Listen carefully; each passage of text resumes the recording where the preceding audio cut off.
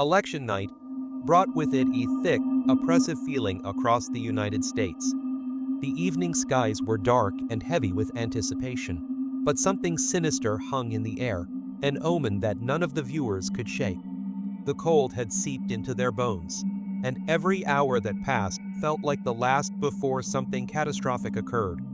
The usual chatter on the news channels, the red mirage and blue shift, no longer felt like mere terms for political analysts. The country was gripped by something else, something darker. In Wisconsin, as voters made their way into polling stations, the first sign of something wrong was the unease that swept through the line. Polling station workers acted as if they were sleepwalking, eyes vacant, their faces a mask of unnatural calm. The walls of the station seemed to close in on the voters, and the normal hum of the machinery started to sound muffled. But the horror didn't end there. When results began to trickle in, the screens showed a strange error message: names had been swapped, but not with familiar candidates. These were names that no one could place: old politicians who had been dead for years, their eyes glaring at the cameras, their faces twisted in silent screams. As midnight struck, Michigan descended into chaos. The results were held back, and bizarre occurrences plagued polling stations. At some locations, election workers vanished without a trace. Others reported hearing distant chanting in languages they didn't understand, a rhythmic, almost hypnotic murmur that seemed to come from nowhere and everywhere at once. People looked around, terrified, but there was no sign of the source. Yet when the chanting stopped, there was something worse.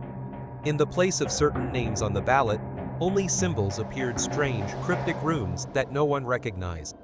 A few brave souls tried to vote anyway, but when the ballots were collected, the ink on them was smeared, as if the ballots were being manipulated by unseen forces. Meanwhile, Pennsylvania, often seen as the cornerstone of the Blue Wall, fell into eerie silence. The polling stations grew darker as the night wore on, the flickering of overhead lights casting strange shadows that seemed to stretch too far, too unnaturally. The volunteers handing out ballots had become increasingly agitated, their faces pale and their hands trembling. As voters left the station, some could hear low voices whispering in the distance, voices that echoed but never quite formed words.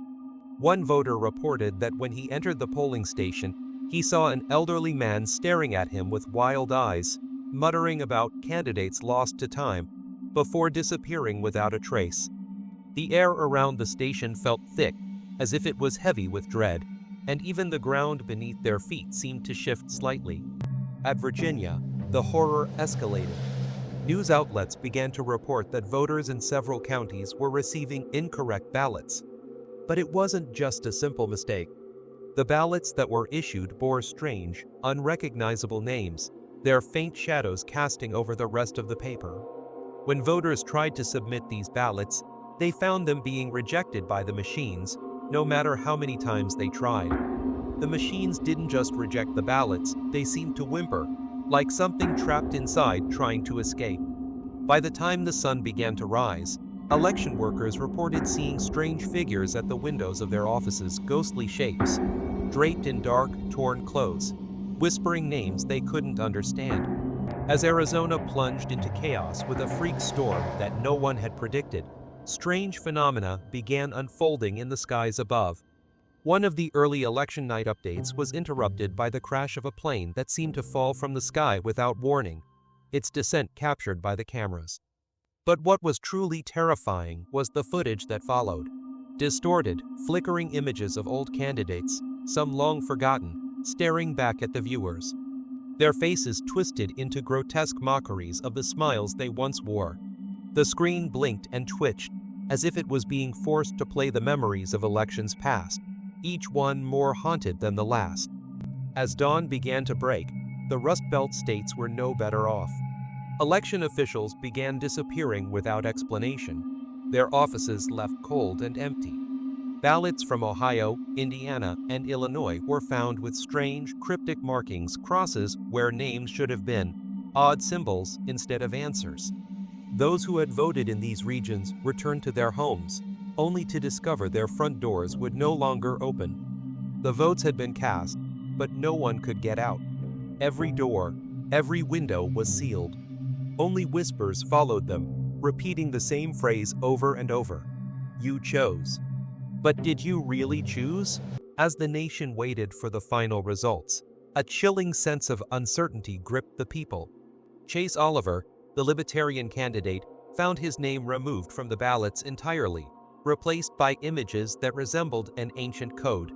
News stories vanished from the internet. Search engines offered no trace of his existence, only cryptic posts and broken links.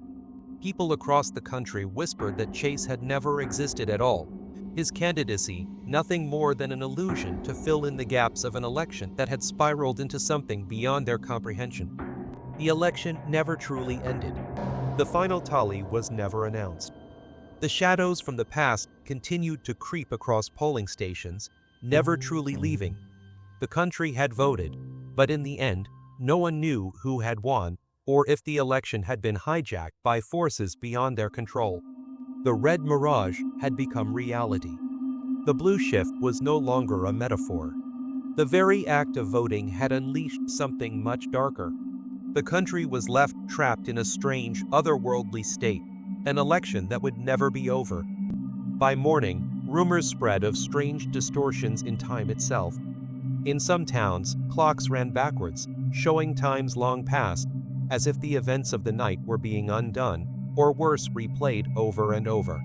People awoke to find they had no memory of casting their votes, while others found their votes had been mysteriously changed after they had cast them. A sense of isolation settled across the nation, with some towns completely cut off from the outside world, their roads vanishing into mist.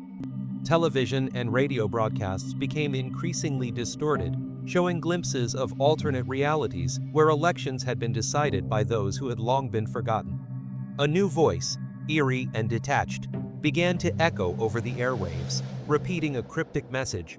The chosen will remain unknown. The election is a door, and the door is closed. It was a warning, but it came too late. The horror had already begun. As the days passed, some citizens reported seeing figures in the streets, shadowy, formless figures that watched from the corner of their eyes.